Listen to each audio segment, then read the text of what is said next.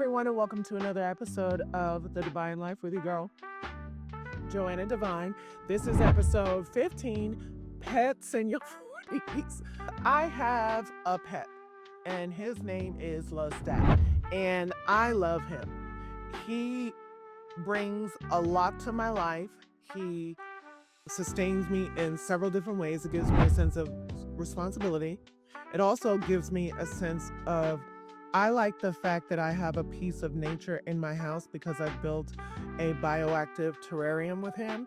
And that means like it's a little piece of the jungle. And I control his temperature, I control his humidity, and I control his eating. And watching him eat and watching him like roam around and holding him, I think it's given me a sense of accomplishment, honestly, because putting together his terrarium was expensive. It was not cheap. And for me to be able to do that on my own has given me a sense of pride. I am a dog girl. I love dogs. You guys know if you watch these videos in the very, very early stages of my videos, I had a dog. His name was Otto. Before Otto, I had Randy and Scotty. Before him, I had Rocky. Before him, I had Kelly. Before him, there was another dog as well. So I've had dogs all my life. I can't stand cats because I'm definitely allergic to them. I know I'm allergic to horses, elephants, and cats. So I'm a dog girl. I miss my dogs. I do. I love my dogs. I love each and every one of them. Otto was one of the hardest ones for me. Randy, I had him for 14 years. And Randy was my dog. He was everything to me. And he was my friend. He was my confidant, and he did not judge me, and he gave me unconditional love. Now, when I got Otto saved my life in a different way, because Otto came to me at a point where I was really, really down, and a guy gave him to me. I became attached to him like he was my heart, and then the guy took him from me in anger. And that broke my heart in a way that I wasn't expecting, because we were only together for approximately 5 months. But in that 5 months, you guys know who are dog people, they change you. The way that he looked at me, the way that he listened to me, the way that we bonded, it was heartbreaking when I lost him. And I don't ever want to go through that pain again. Yes, I love Lestat. I love him. But it's different because his love for me is different than a dog's love for me. A reptile can like you, they'll tolerate you, but they don't love you. It's allowed me to have him, but to not be as like I'm invested in him, don't get me wrong, but I'm not as emotionally invested in him. I am emotionally invested in him because I've had him for almost a year now. And watching him grow and become like, he's just like huge now, and watching him eat, and it's so amazing to me. But there's a lack of an emotional connection because there's a thing that dogs have, and not a lot of animals have this. There's a thing that they desire you. Like they need to be around you. They check on you. They love you. They guard you. Yes, that snake has scared off a lot of potential suitors. And the guy that I'm seeing now is not scared of him. He actually kind of likes him. So it's a good thing. But yeah, what I will say about having pets in your 40s is, number one, when you're in your 40s, you're in your career. And when you're in your career,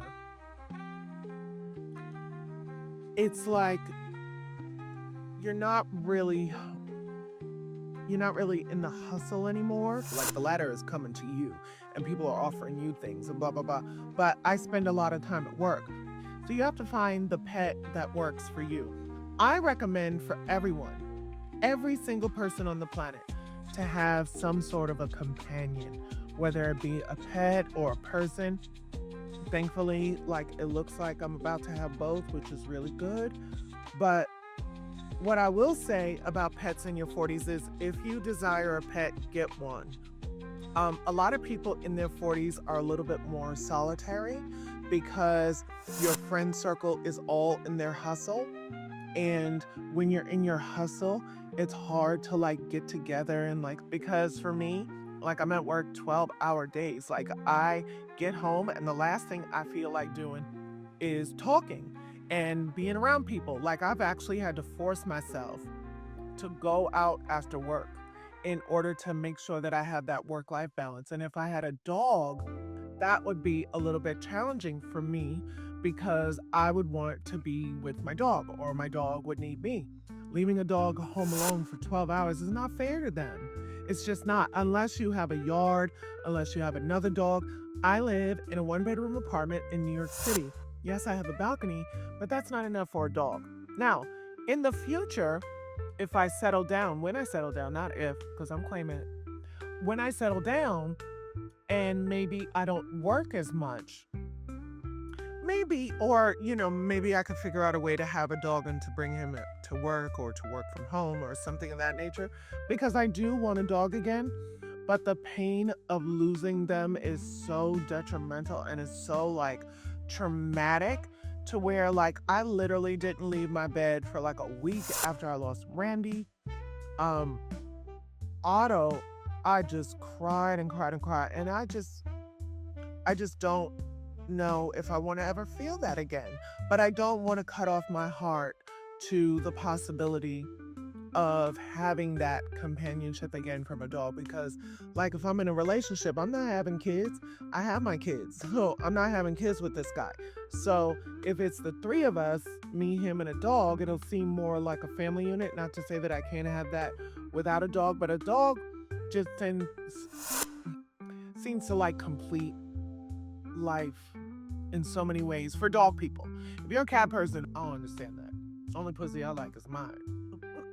But anyway, what I will say here about dogs, about pets in your 40s is if you want one, get one. Only if you have the time. I say do something different. There are so many animals in this world at these pet stores that don't have a home and that are just sitting behind these glass tanks and these terrariums that are just sitting there and waiting for someone to love them. So I say go out there, get a snake, get a hamster, get a gerbil, get a guinea pig, get something that'll bring you a little bit of extra joy, because the animal kingdom is beautiful.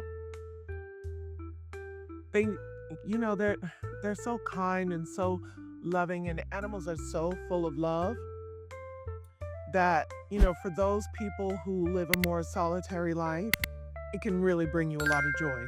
I know it's done that for me. And it's also centered me and given me a sense of responsibility and a sense of tenacity and also a sense of validation through his eyes, because I know that he needs me.